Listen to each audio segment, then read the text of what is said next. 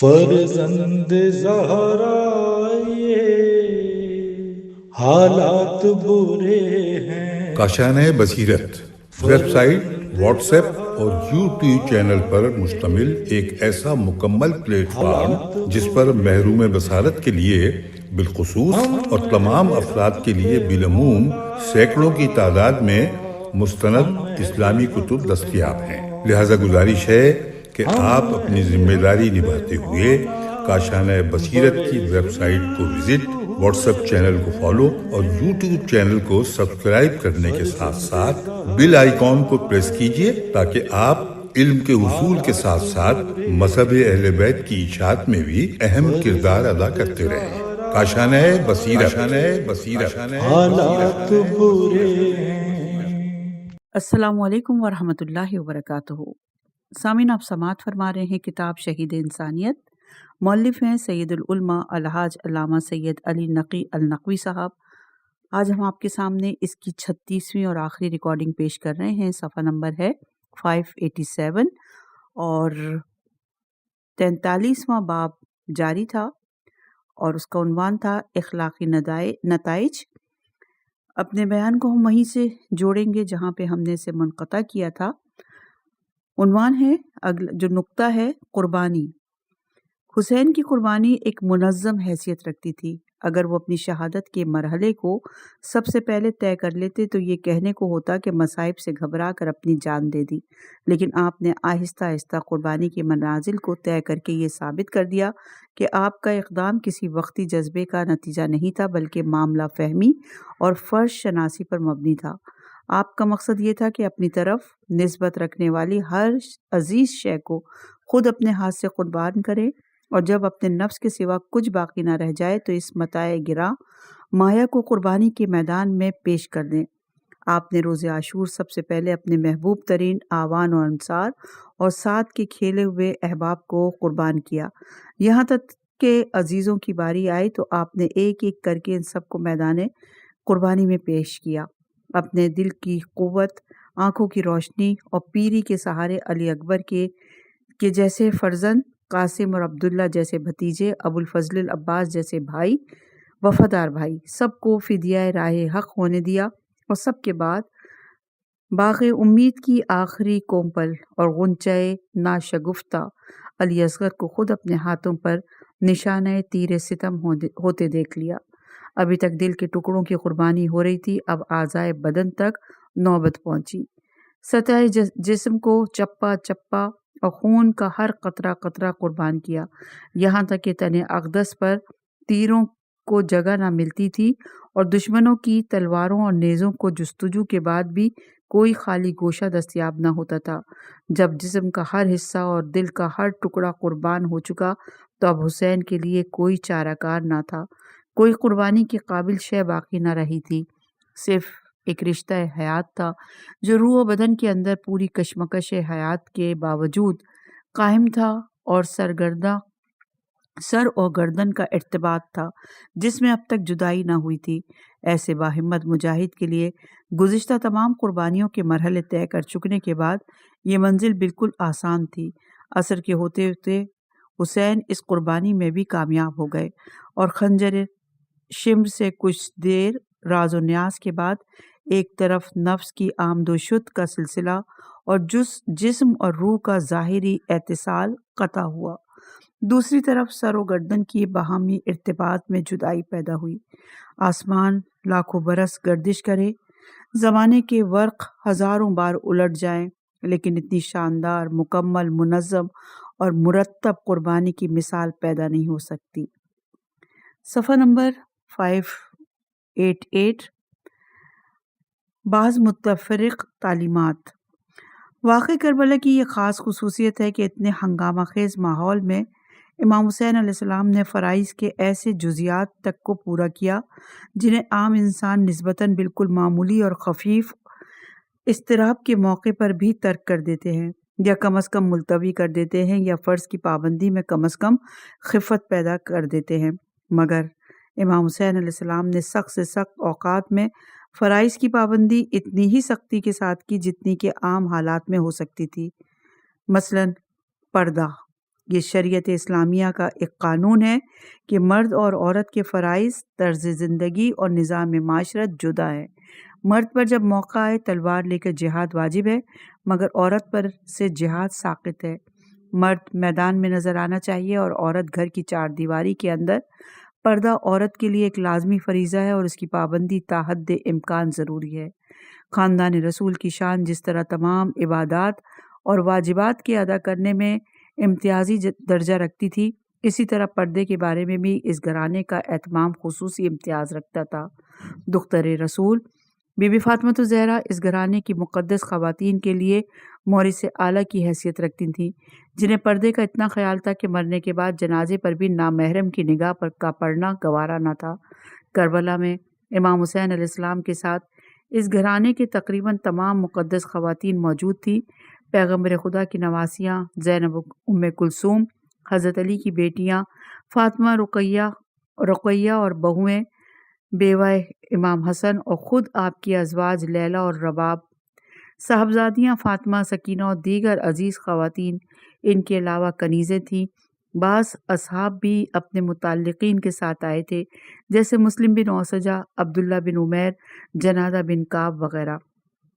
امام حسین علیہ السلام نے اپنے اہل حرم کی پردہ داری کا اہتمام ہر لمحے پیش نظر رکھا۔ راستے میں جب فوج ہر آتی دکھائی دی تھی تو آپ نے ذو حسم پہاڑی اسی لیے منتخب کی تھی کہ اسے پشت پر قرار دے کر خیام اہل بیت برپا کیے جائیں۔ چنانچہ یہ کام اتنی تیزی سے عمل میں لایا گیا کہ خیمے برپا ہو چکے اور اہل حرم خیموں میں فروکش ہو چکے۔ اس وقت ہر کا لشکر وہاں پہنچ سکا۔ کربلا میں بھی حضرت نے جائے قیام کے لیے ریگستانی ٹیلوں کا ایک سلسلہ منتخب کیا تھا۔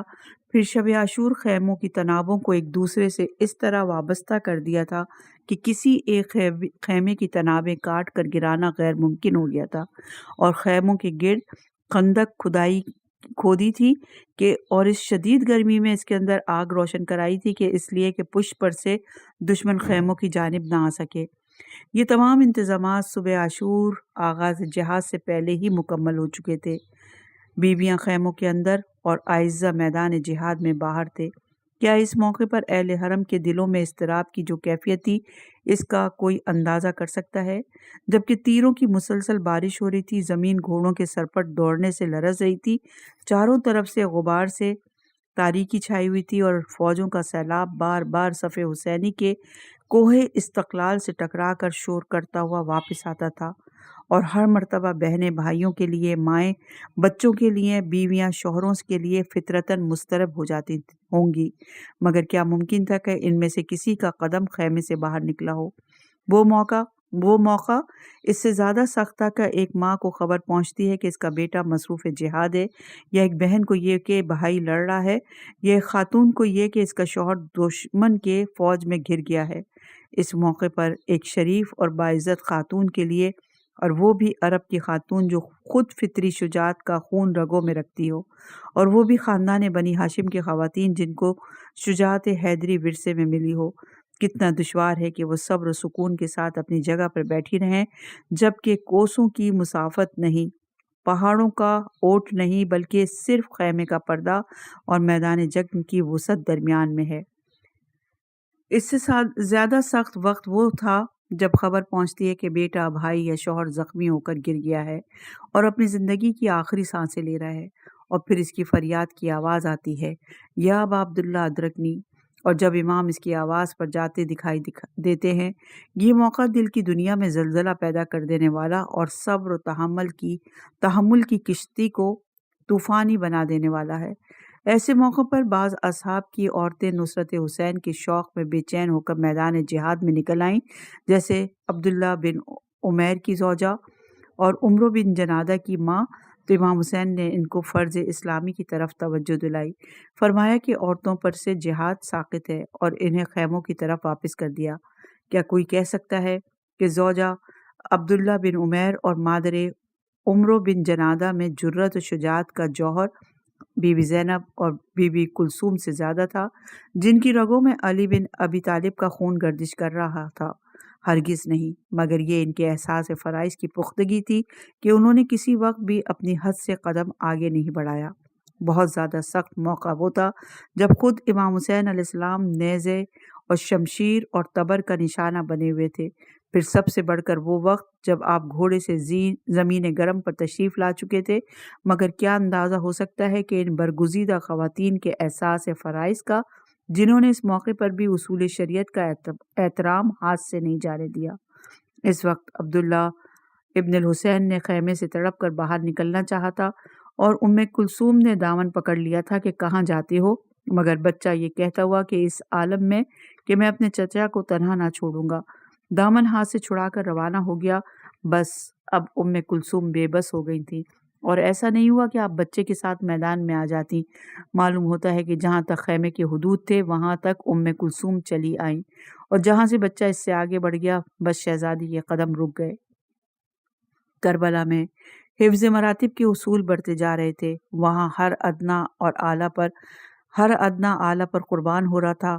اصحاب اعزہ پر قربان ہوئے اور اعزہ امام پر قربان ہوئے، اور امام دین خدا پر قربان ہوئے۔ اگر آئین اسلام کے حدود میں کچھ بھی گنجائش ہوتی تو اس وقت جناب حسین زخمی ہو چکے تھے اور قریب تھا کہ آپ کے جسم اور روح میں مفارقت ہو جائے۔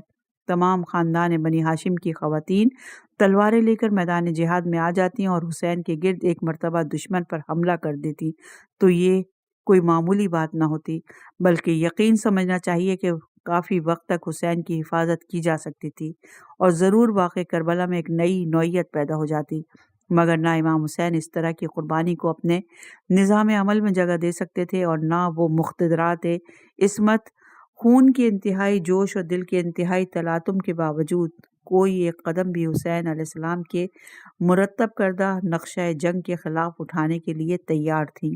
اس لیے حسین کی تنہائی بھی دیکھی، دشمنوں کے حملوں کا خروش بھی سنا، فتح کے باجوں کی آوازیں بھی آئیں، اور قتل حسین کی جگر خراش صدا بھی گوش زد ہوئی، مگر وہ جہاں حسین بٹھا گئے تھے وہیں بیٹھی رہیں اس وقت تک جب تک کہ وہ جگہ باقی رہی۔ ہاں، جب خیموں میں آگ کے شعلے بلند ہوئے تھے، اس وقت مجبور ہو کر امام وقت امام زین العابدین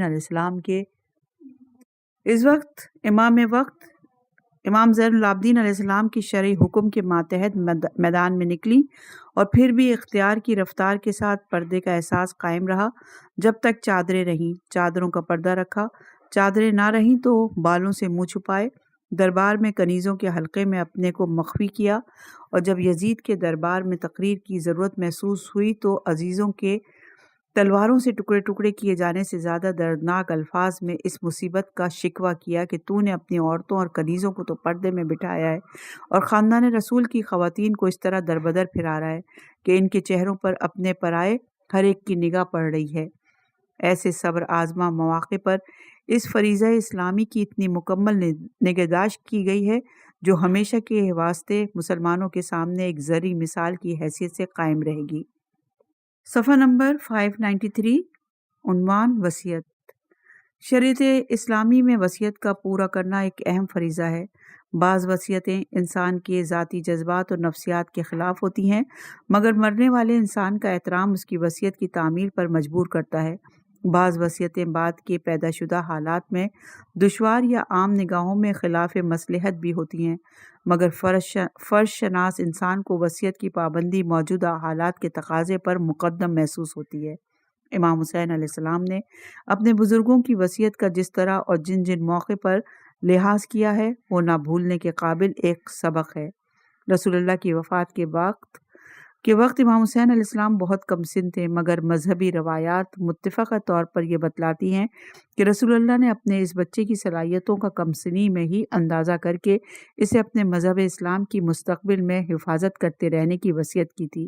اگر اسے لفظی طور پر کوئی نہ بھی مانے تو اس میں کوئی شبہ نہیں کہ رسول اللہ کا برتاؤ حسین علیہ السلام کے ساتھ اور اسلام کے مفاد پر پیغمبر کا ہر قربانی کے لیے آمادہ رہنا، یہ ہر لمحہ حسین کے نزدیک اس وصیت کی حیثیت رکھتا تھا کہ جب اسلام پر کوئی وقت پڑے تو اپنی جان عزیز نہ کر رکھنا، تمہیں اسی دن کے لیے اس محبت و شفقت کی گود میں پالا جا رہا ہے۔ حسین علیہ السلام نے اس وصیت کو مرتے دم تک یاد رکھا، اور کربلا کا پورا واقعہ اسی وصیت کی تعمیل تھا۔ حضرت علی ابن ابی طالب نے اپنی وفات کے قبل امام حسین علیہ السلام کو جانشین بناتے ہوئے امام حسن علیہ السلام کو جانشین بناتے ہوئے حسین علیہ السلام کو ان کی پیروی کی ہدایت کر دی تھی۔ حسین علیہ السلام نے بے نظیر طریقے پر اس فرض کو بھی انجام دیا۔ امام حسن کی وصیت تھی کہ میرے تابوت کو میرے جد بزرگوار رسول اللہ کے مزار کی طرف ودا کے لیے لے جانا، لیکن اگر مزاحمت ہو تو ایک قطرہ خون گرنے نہ پائے۔ بغیر کسی جنگ و مقاومت کے میرے جنازے کو واپس لانا اور بقیع میں دفن کر دینا۔ حسین علیہ السلام حسب وصیت بھائی کا جنازہ روضہ رسول پر لے گئے، مگر جیسا کہ امام حسن کو اندیشہ تھا وہی ہوا۔ ام المومنین عائشہ اور مروان وغیرہ نے مخالفت کی۔ نوبت یہ پہنچی کہ مخالف جماعت نے تیروں کی بارش کر دی اور کچھ تیر جنازے امام حسن تک پہنچے۔ بنی ہاشم کے اشتعال کی انتہا نہ تھی، مگر وہ فرض شناس حسین تھے جنہوں نے بھائی کی وصیت کے مقابلے میں اپنے تمام جوش ولولے اور طبیعت کے تقاضوں کا خون کر دیا۔ انہوں نے صبر اور خاموشی کے ساتھ دشمن کی مخالفت کو برداشت کیا اور امام حسن کا تابوت واپس لے جا کر جنت البقیع میں دفن کر دیا۔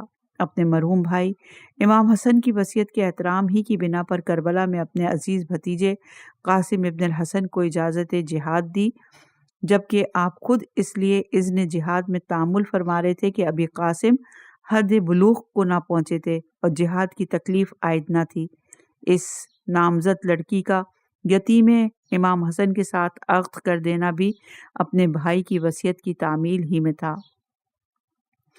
اپنی نامزد لڑکی کا یتیم امام حسن کے ساتھ عقد کر دینا بھی اپنے بھائی کی وصیت کی تعمیل ہی میں تھا۔ جبھی تو امام حسین علیہ السلام کی زیارت میں اس صفت کا خاص تذکرہ ہے کہ وَعَلَى وَصِيَّةَ أَخِيكَ مَسْعَرًا، یعنی اپنے بھائی کی وصیت کے پورا کرنے میں آپ نے بڑی تعجیل کی کہ کہیں وقت نہ نکل جائے اور وصیت کی تعمیل رہ نہ جائے۔ صفحہ نمبر 594 اور عنوان تلقین صبر۔ بلند مرتبہ ہستیوں کے مصائب کے تذکرے پر اشک بار ہونا حقیقتاً ان بلند اوصاف کی قدر و قیمت کا اظہار ہے جو ان ہستیوں کے ساتھ اٹھ گئے، اور اسی لیے یہ آنسو سچائی کی شرط کے ساتھ بڑی قدر و قیمت کے حامل ہیں۔ مگر کسی انسان کا خواہ وہ کتنا ہی بلند مرتبہ ہو، خود اپنی مصیبت پر بےتاب ہونا، اور بالخصوص جبکہ دشمنوں کو مضحکہ کا موقع ملے، اس انسان کی عظمت نفس کے خلاف ہے۔ راہ حق میں انسان کو خود اگر مصیبت سے دوچار ہونا پڑے تو اسے صبر و سکون کے ساتھ برداشت کرنا شان ثبات اور استقلال ہے، جو مرتبے کی رفعت کا سبب ہوتی ہے۔ امام حسین علیہ السلام کربلا میں خود صاحب مصیبت تھے، اور آپ کی شہادت کے بعد آپ کے اہل حرم اور بالخصوص زینب کلثوم صاحب مصیبت تھی۔ بی بی زینب کو محبت بھی اپنے بھائی کے ساتھ غیر معمولی تھی۔ وہ ایک مرتبہ صرف حسین علیہ السلام کی زبان سے ان کی شہادت کی خبر کے طور پر کچھ اشعار سن کر بے ہوش ہو گئی تھی۔ امام حسین کو یہ فکر تھی کہ کہیں میرے غم میں میرے اہل حرم اور بالخصوص میری بہن زیادہ اپنا حال تباہ نہ کریں، اور کہیں ایسا نہ ہو کہ ان کا فطری اضطراب دشمنوں کے طعن اور تشنے کا ذریعہ بن جائے۔ اس لیے آپ نے اپنی بہن کو بڑے مؤثر انداز میں یہ وصیت فرمائی کہ میرے غم میں گریبان نہ پھاڑنا، منہ پہ تماچے نہ مارنا، واویلا نہ کہنا اور نوحہ نہ کرنا۔ یقیناً حسین علیہ السلام کی اسی بلند مرتبہ ہستی کے غم میں یہ تمام باتیں روا تھیں، مگر اپنی بہن زینب کو حسین خود صاحب مصیبت ہونے کے اعتبار سے اسیری کے ہولناک ماحول اور دشمنوں کے محاصرے میں ایسے صبر و سکون کا مرقع بنانا چاہتے تھے جو دنیا کے صاحبان مصیبت کے لیے ایک اسوہ حسنہ ہو سکے، اور بی بی زینب نے اس پر ایسے بہترین طریقے پر عمل کیا کہ خود بےتاب ہونا کیسا، وہ کوفے کی طرف روانگی کے موقع پر اور مقتل شہداء میں سے ہو کر گزرنے کے وقت اپنے بھتیجے امام زین العابدین علیہ السلام کو دلاسا دے رہی تھی، جبکہ وہ اپنے باپ کی لاشے کو زمین گرم پر بے دفن دیکھ کر اتنا متاثر ہوئے تھے کہ قریب تھا کہ روح جسم سے مفارقت کر جائے۔ صفحہ نمبر 596 عنوان شاعر الہیہ کا احترام۔ امام حسین علیہ السلام نے کعبے کے احترام کو مد نظر رکھنے کے لیے حج کو ترک کیا اور مسافرت گوارا کی، چنانچہ خود فرمایا، میں نہیں چاہتا کہ میری وجہ سے خانہ کعبہ کی حرمت برباد ہو۔ اسلاف کی یاد حسین علیہ السلام کسی وقت اپنے بزرگوں کو نہیں بھولے۔ جب مدینے سے روانگی قطعی ہو گئی تھی تو آپ نے آخری شب اپنے بزرگوں کے مزارات کی زیارت کے لیے مخصوص کی تھی۔ مکہ سے جاتے وقت جو خطبہ پڑھا تھا اس میں بھی فرمایا تھا کہ میں اپنے بزرگوں کی ملاقات کا اتنا مشتاق ہوں جتنا یعقوب یوسف سے ملاقات کے مشتاق تھے۔ 9 محرم کی عصر کو جس وقت حملہ ہوا تو آپ پر غنودگی طاری تھی۔ جناب زینب نے بیدار کیا تو فرمایا میں نے اپنے نانا کو خواب میں دیکھا، وہ فرما رہے تھے اب تم میرے پاس آنے والے ہو۔ عاشور کے دن آپ نے اپنے جوان فرزند علی اکبر کو اذن جہاد دینے کے بعد خدا کی بارگاہ میں ہاتھ اٹھائے اور کہا خداوندہ گواہ رہنا وہ جوان جا رہا ہے جو صورت و سیرت اور رفتار و گفتار میں تیرے رسول سے مشابہ ہے، اور جب ہم مشتاق کے دیدار ہوتے ہیں تیرے رسول کی زیارت کے تو ان کے چہرے پر نظر ڈالتے تھے۔ اس طرح آپ نے علی اکبر کے غم میں اپنے شدید تاثر کا سبب بھی ظاہر کر دیا۔ بقول عالم نقوی کے شے کو غم تھا شبیہ احمد کا، کب وہ روتے تھے اپنے اکبر کو۔ صفحہ نمبر 597۔ عنوان خودداری۔ عام انسان ذرا سا سخت موقع آئے تو گڑ گڑانے لگتا ہے اور بہت سی ایسی صورتیں اختیار کرتا ہے جو خود دار انسان کے شایانہ شان نہیں ہوتی۔ امام حسین علیہ السلام نے شروع سے آخر تک کوئی ایسا طرز عمل اختیار نہیں کیا جو عظمت نفس کے خلاف ہو۔ اس وقت جب آپ مدینے سے روانہ ہو رہے تھے تو لوگوں نے کہا تھا عبداللہ بن زبیر کی طرح عام راستے کو چھوڑ دیجیے اور غیر معروف راستے سے روانہ ہو جائیے، مگر امام حسین علیہ السلام نے فرمایا تھا کہ میں مجرموں کی طرح چھپ کر جانا نہیں چاہتا، میں عام راستے سے ہی جاؤں گا۔ کربلا میں 7ویں تاریخ سے پانی بند ہو گیا تھا، کوئی نہیں کہہ سکتا کہ غذا موجود تھی، جیسا کہ جناب شیخ جعفر شوستری نے لکھا کہ یقیناً غذا بھی میسر نہ تھی، اور اس لیے امام حسین اور ان کے اہل حرم جس طرح 3 دن کے پیاسے تھے وہ 3 دن کے بھوکے بھی تھے، لیکن اس کے باوجود کربلا میں امام حسین علیہ السلام نے سوال آپ تو بار بار کیا اور پیاس کا مختلف طرح اظہار بھی کیا، مگر کوئی تاریخ نہیں بتاتی کہ آپ نے یا آپ کے اعزہ نے یا انصار میں سے کسی نے کبھی بھوک کی شکایت کی ہو اور غذا کے لیے سوال کیا ہو۔ اس کا کیا سبب ہے؟ صرف یہ ہے کہ پانی مانگنا اصول شرافت کے خلاف نہیں، ہر آدمی دوسرے سے پانی مانگ لیتا ہے، مگر کھانا مانگنا یا بھوک کی تکلیف ظاہر کرنا رقیق بات ہے اور شرافت کے خلاف سمجھا جاتا ہے۔ امام حسین علیہ السلام اور ان کے ساتھیوں میں سے کسی نے اس کو ایک لمحے کے لیے بھی گوارا نہیں کیا، بلکہ پانی کا سوال بھی حقیقت میں کوئی سوال نہ تھا۔ سوال تو اس وقت کہا جا سکتا تھا کہ جب ان کا جمع کردہ کوئی ذخیرہ پانی کا ہوتا اور امام حسین اس میں سے طلب کرتے۔ یہاں تو اللہ کی جاری کی ہوئی نہر سامنے تھی جسے بصورت ظلم اور تشدد دشمنوں نے روک رکھا تھا، تو جسے سوال کہا جاتا ہے وہ در حقیقت ایک حق کا مطالبہ تھا اور ظلم ناروا کے خلاف احتجاج تھا۔ اس کی نوعیت اس سوال کی ہی نہیں جو کسی بھی منزل پر عزت نفس کے خلاف سمجھا جا سکے۔ 43واں باب اپنے اختتام کو پہنچا جو کہ بہت ہی طویل تھا اور جس کے عنوان نہایت اعلیٰ درجے کے تھے، اخلاقی نتائج، اور پھر نقطوں کے ذریعے بتایا گیا تھا کہ کیا کیا اخلاقی نتائج تھے۔ صفحہ نمبر ہے 599۔ خاتمہ کتاب عالم انسانی کو اصلاح عمل اور اتباع اسوہ حسینی کی دعوت۔ 1361 ہجری میں واقع کربلا کو پورے 1300 برس کا زمانہ گزرا اور اس کی 100 سالہ یار شرق اور غرب عالم میں منائی گئی، جس کی ذیل میں ہر طبقہ اور ہر خیال کے لوگوں نے مل کر حسین بن علی کی خدمت میں خراج عقیدت پیش کیا۔ اسی یادگار کے سلسلے میں تاریخی کتاب شہید انسانیت پیش ہوئی ہے۔ عام طور پر واقع کربلا کو ایک ایسے غمناک حادثے ہی کی حیثیت سے دیکھا جاتا ہے جس پر ہمارا کام آنسو بہانا اور اظہار رنج و ملال کرنا ہو اور بس، مگر یہ تو ایک فطری تقاضۂ انسانیت ہے۔ اس کو مقصد حسین یا اصل مفاد واقع کربلا سمجھنا کسی طرح درست نہیں ہے۔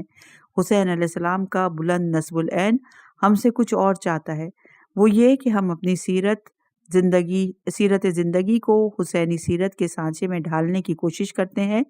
امام حسین علیہ السلام کو اس اعتبار سے نجات دہندہ سمجھنا غلط ہے کہ آپ نے اپنے معتقدین کو فرائض کی واجبی پابندی سے کلیتاً آزاد کر دیا اور معاذ اللہ خود ان کے گناہوں کے کفارے کے طور پہ شہید ہو گئے، اور یہ سمجھنا بھی کہ امام حسین علیہ السلام نے گناہگاران امت کے لیے شہادت اختیار کی، اس معنی میں ہرگز صحیح نہیں ہو سکتا کہ گویا آپ نے ہم کو گناہوں کے ارتکاب کا جواز عطا کر دیا۔ اگر کوئی اس طرح کا عقیدہ رکھتا ہے تو وہ اپنی غلط ذہنیت کی بنا پر شہادت حسین کے مقصد حقیقی کو فراموش کرنے کا درپے ہوتا ہے۔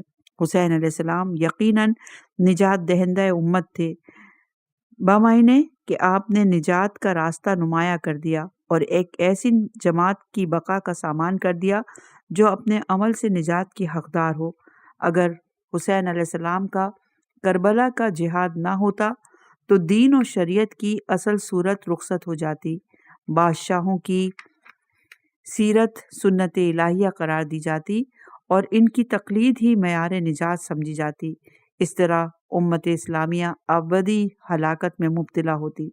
حسین علیہ السلام نے اپنے اسوہ حسنہ سے ہم کو نجات کے قابل بنا دیا۔ حسین علیہ السلام نے ہمارے قواعد عمل کو معطل اور شل نہیں کیا، بلکہ آپ کا اسوہ حسنہ ہمارے لیے بہترین محرک عمل ہو سکتا ہے۔ پیشوانے مذہب نے جو گریہ و بکا کی تاکید کی اور اس کے لیے آخرت کے بہترین ثواب بتائے، اس کا فلسفہ یہی تھا کہ اگر یہ ثواب ہمارے پیش نظر ہوگا تو ہم ان کے حالات کو زیادہ سننے اور یاد کرنے کی کوشش کریں گے۔ اس کا اثر یہ ہوگا کہ ہمارے اعمال پر اس کا اثر پڑے گا۔ اگر اتنی اہمیت اس واقعے کی کو بحیثیت مصیبت نہ دی گئی ہوتی تو دنیا کے تمام دیگر واقعات کی طرح یہ بھی تاریخ کے اوراق کے سپرد ہو جاتا، اور یہ جو بچہ اس سے واقف ہے یہ کبھی نہ ہوتا۔ جب ہم اس سے پورے طور پر واقف ہی نہیں ہوتے تو سبق کیا حاصل کرتے؟ 100 سالہ یادگار حسینی کو امتیازی شان کے ساتھ قائم کرنے کا بھی اصلی محاصل یہی ہے۔ حسین علیہ السلام کی یاد اگر پوری طاقت اور ایک نئی زندگی کے ساتھ ہمارے دل میں تازہ ہوئی ہے تو اس کا اثر ہمارے کردار پر پڑنا چاہیے۔ واقعہ کربلا حقیقت میں ایک مدرسہ تربیت ہے جہاں دنیا کو مذہب، اخلاق اور فرائض شناسی کے اصول بتائے گئے ہیں۔ مبارک ہوں گے وہ افراد جو اس سے سبق حاصل کریں گے اور اپنے کو عملی حیثیت سے ویسے ہی پیش کریں جیسا کہ حسین دنیا کو بنانا چاہتے تھے۔ والسلام علیکم ورحمۃ اللہ وبرکاتہ۔ یہاں پر کتاب اپنے اختتام کو پہنچی اور پروردگار ہمارے ان مؤلف سید العلماء الحاج علامہ سید علی نقوی صاحب کی درجات کو بلند فرمائے اور ان کی کوششوں اور کاوشوں کو اپنی بارگاہ میں قبول فرمائے، ہمارے سننے کو اور ہمارے پڑھنے کو اور آپ کے سننے کو قبول فرمائے، اور ہمارے مرحومین کے لیے اس چھوٹی سی ادنیٰ سی کاوش کو بطور آخرت ذخیرہ قرار دے اور توشہ آخرت قرار دے، اور ہمارے مرحومین ہمارے نسلوں میں پیغام حسینیت سرایت کر جائے، اور اس کاوش کے نتیجے میں پروردگار ہماری توفیقات میں اضافہ فرمائے۔ السلام علیکم ورحمۃ اللہ وبرکاتہ۔